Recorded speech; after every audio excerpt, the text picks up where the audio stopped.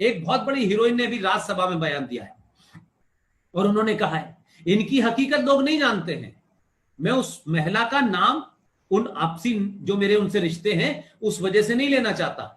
एक बहुत बड़े अभिनेता की पत्नी है, वो अभिनेता बहुत बड़े स्टार थे, अभिनेता सुपर स्टार थे। उनकी पत्नी ने मुझसे 1.5 साल पहले मिली थी, मुझे बॉम्बे में बुलाया, मैं उनको जानता नहीं था। उन्होंने मुझे बताया मैं फला फला की पत्नी हूं, कुछ विषय पे बात करना चाहती हूं। अशोक जी इसलिए बता रहा हूं, उन्होंने मुझे बताया बहुत बड़े घराने की है, पंजाब की है। उन्होंने कहा कि पुष्पेन जी ये जो मोहतरमा जया भादुरी है जो कल तक अमर सिंह के कंधों पे चल के समाजवादी पार्टी में आई और उसी अमर सिंह को गाली दे रही हैं, इन्होंने उस महिला से यह कहा था कि तुम किस लिए परेशान हो रही हो, ये तुम्हें दिन भर हिंदू हिंदू चढ़ा रहता है, अरे इन मरने दो इन कमीनों को, इन ये घटिया लोग हैं, ये मर जाएंगे, हमें क्या करना है, हमारे पास पैसा है, जिस दिन ज्यादा कुछ होगा हम जाके बाहर रह लेंगे। तो ये लोग आपके राज्यसभा में हैं, राज्यसभा में आए हुए हैं, ये तो सिर्फ चेहरे का मुखौटा है जो दिखा रहे हैं, ये तो सबसे पहले भागेंगे।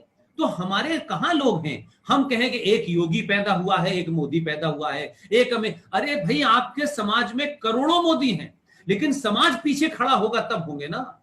तो ये मोदी ने एक शुरुआत की है, मुझे लगता है उसमें 50 चीजें होंगी, 50 चीजों में सवाल खड़े होंगे, लेकिन समाज मोदी हो जाए, समाज योगी हो जाए, समाज अमित शाह हो जाए, समाज सवाल पूछने लगे, समाज में एग्रेसिवनेस आ जाए, समाज अपने प्रति चिंतित हो जाए, तो किसी चिंता की जरूरत नहीं है।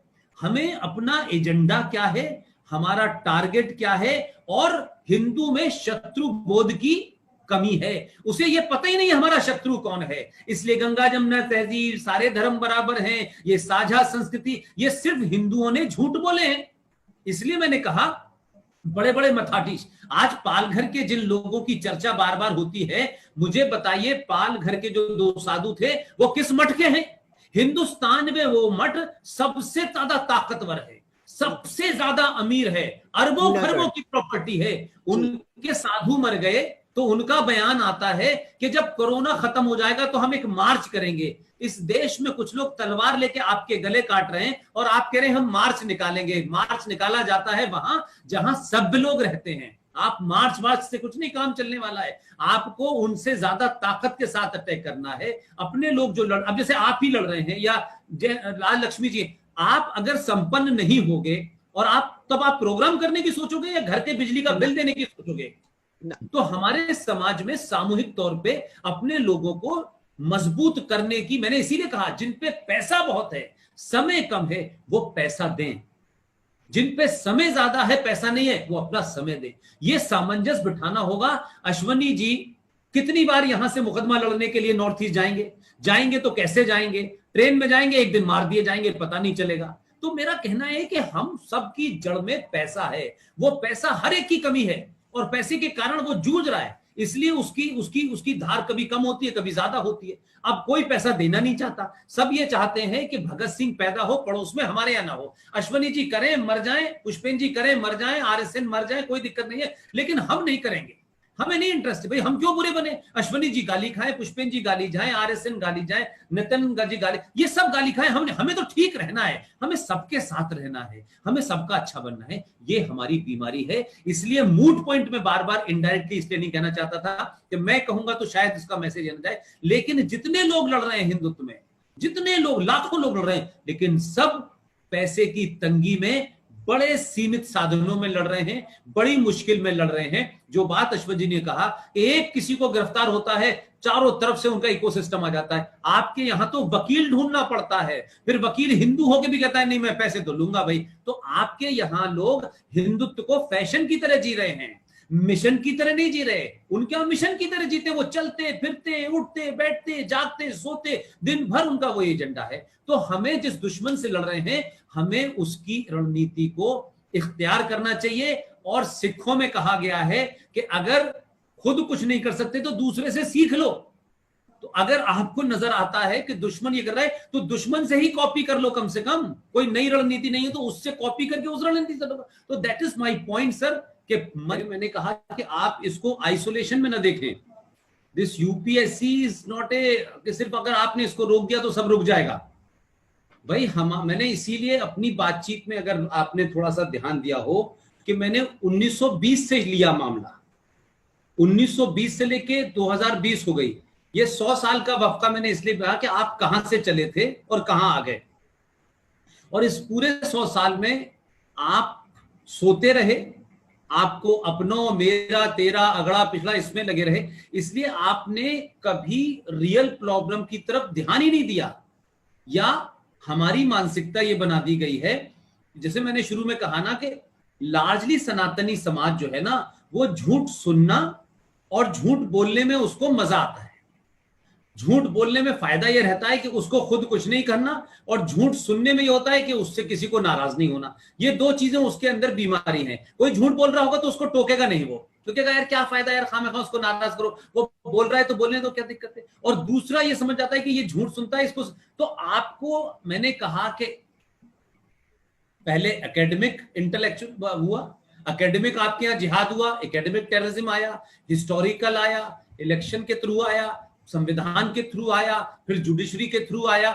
जुडिशरी अगर भारत की ये कहती है कि कश्मीर में 5.5 लाख लोगों को उनकी पूजा पद्धति की वजह से निकाल दिया, 2,500 लोगों की हत्या कर दी गई, तो जो कश्मीर से बेचारे विस्थापित यहां आए, उसमें सुशील पंडित तो ललित अंबरदार जैसे लोग जब सुप्रीम कोर्ट में जाते हैं और ये कहते हैं कि माय लॉर्ड, जो हमारे बाप दादा बहन बेटी की इज्जत लूटने और हत्या करने वाले जीवित घूम रहे हैं श्रीनगर की सड़कों पे, आप इसको इशू को टेकअप कीजिए और इसको इस पे इंक्वायरी की। तो सुप्रीम कोर्ट की मक्कारी, मुनाफिकत, आप ये देखिए कि ये सुप्रीम कोर्ट 150 साल पुराने राम मंदिर के मुद्दे को सुन रही थी, उसमें खुद इसने कितनी बार अड़ंगे लगाए।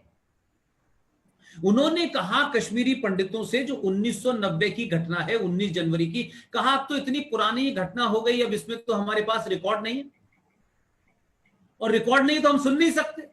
लेकिन वही सुप्रीम कोर्ट 1984 के सिख विरोधी वन साइडेड मैसेकर को सुन रही है, क्योंकि उनको पता है कि सिख एक दिल्ली में असर्टिव कम्युनिटी है, एक राज है, और कश्मीर से ये 2-4 आए हैं, इनको भगा दो, फिर यहां कहां सरदर्दी है। तो ये भी एक जिहाद है। तो आज आप यूपीएससी की बात, स्पोर्ट्स में जिहाद है, यूनिवर्सिटीज में जिहाद है, संविधान के थ्रू जिहाद चल रहा है ना। तो हमने तो संविधान को भी इस जिहाद को बढ़ाने के लिए इस्तेमाल किया। इसलिए तो मैंने आपसे कहा कि क्या आपने, जो हिंदू बड़ा अपने आप को हमेशा ऑलवेज भी trying to show himself that we are very correct, we never go beyond this, हम तो ये नहीं चाहते कि हम किसी के खिलाफ बोले, क्या इस हिंदू ने कभी पूछा कि माइनॉरिटी कमीशन इस देश में कैसे चल रहा है? क्योंकि बॉर्डर नहीं था कि आज सुरेश के चौहान जी ने यूपीएससी उठा दिया तो हम सबकी आत्मा जाग गई। लेकिन क्या सुरेश के चौहान उठाएंगे, जीडी बख्शी उठाएंगे, सुशील पंडित, तभी हम जागेंगे। तो हमारे पास दुनिया की किताबें पढ़ने का बड़ा समय है, दुनिया पे ज्ञान बांटने का बड़ा समय है, दुनिया की सभ्यताएं पढ़ने का बड़ा शौक है। लेकिन जिस जगह खड़े हुए हैं और हम जिन जो हमारे पैरों के नीचे की धरती खिसक रही है, उसको नहीं पढ़ेंगे, क्योंकि अगर हम उसके बारे में पढ़ लेंगे तो फिर हमें कुछ करना होगा और हम करने को तैयार नहीं है। इसलिए हम कुछ नहीं करना चाहते, हम ज्ञान दे देना चाहते हैं। ये स्थिति 1920 से चल रही है, आज 2020 हो गई, 100 साल हो चुके हैं, और आपके पास ये आखिरी चांस है, अब कोई चांस नहीं होगा। और ऊपर वाला हमारी और आपकी मदद नहीं करेगा। उसने हर समय हर मोड़ पर ऐसे लोगों को पैदा करके आपको सोते से जगाने की कोशिश की, लेकिन आपने जो जगा रहा था, आपने तो उससे कहा रे यार ये तो फला का दलाल है, यार ये तो पैसा बनाने आया है, ये तो चोर है। आपने उस पर सवाल उठा के उसे खत्म कर दिया और फिर आप सो गए। आप चाहते हैं कि आपकी नींद में खलल नहीं पड़े, आपकी लड़ाई कोई दूसरा लड़े। तो आज मैं जो बार बार आपसे कह रहा हूं कि ट्रंप को जिताइए, उसके पीछे मेरी मानसिकता यह है कि भारत अकेले इस देश के अंदर संविधान में जो गंदगी है, माइनॉरिटी कमीशन का मामला जो है, माइनॉरिटी मिनिस्ट्री का मामला जो है, इसमें यूपीएस, ये तमाम सारी चीजें एक दिन में नहीं हुई हैं। ये आपके हिंदू सनातनी जिनको हम सब कहते हैं, उन्हीं के हिस्सों ने कही है। आज वो आपको इसलिए तकलीफ दे रही हैं कि आज वो लोग जो बड़े सेकुलर थे, आज उनके घर में भी मामला प्रॉब्लम हो रही है। तो अब आप इतनी देर में चेते हैं, तो कोई एक मामला नहीं है, ये चलेगा। और अभी तो बहुत सारे जहाज छुपे हुए जो आपको नहीं पता चला। इसीलिए मैंने कहा कि जुडिशरी में जो मैं जब यूनिवर्सिटी में पढ़ता था और उस जमाने जब ढाबों पे रात में बहस में बैठता था, उस जमाने आई एम टॉकिंग अबाउट 84 85, उस जमाने वहां ये डिस्कशन होते थे कि हिंदुस्तान में अगर जुडिशरी एक ऐसी चीज है जिसके ऊपर ना हिंदू सवाल उठा सकता है, और मुसलमान ने अगर सवाल उठाए तो एक जो सेनर एलिमेंट है, जो सेकुलर हिंदू है, वो भी हमसे नाराज हो जाएगा। उस जमाने मुझे याद है when I was doing graduation, the final year of my graduation, उस वक्त ये कहा गया कि भाई हमें किसी तरीके से कोर्ट के अंदर वकीलों की गिनती इतनी भरनी चाहिए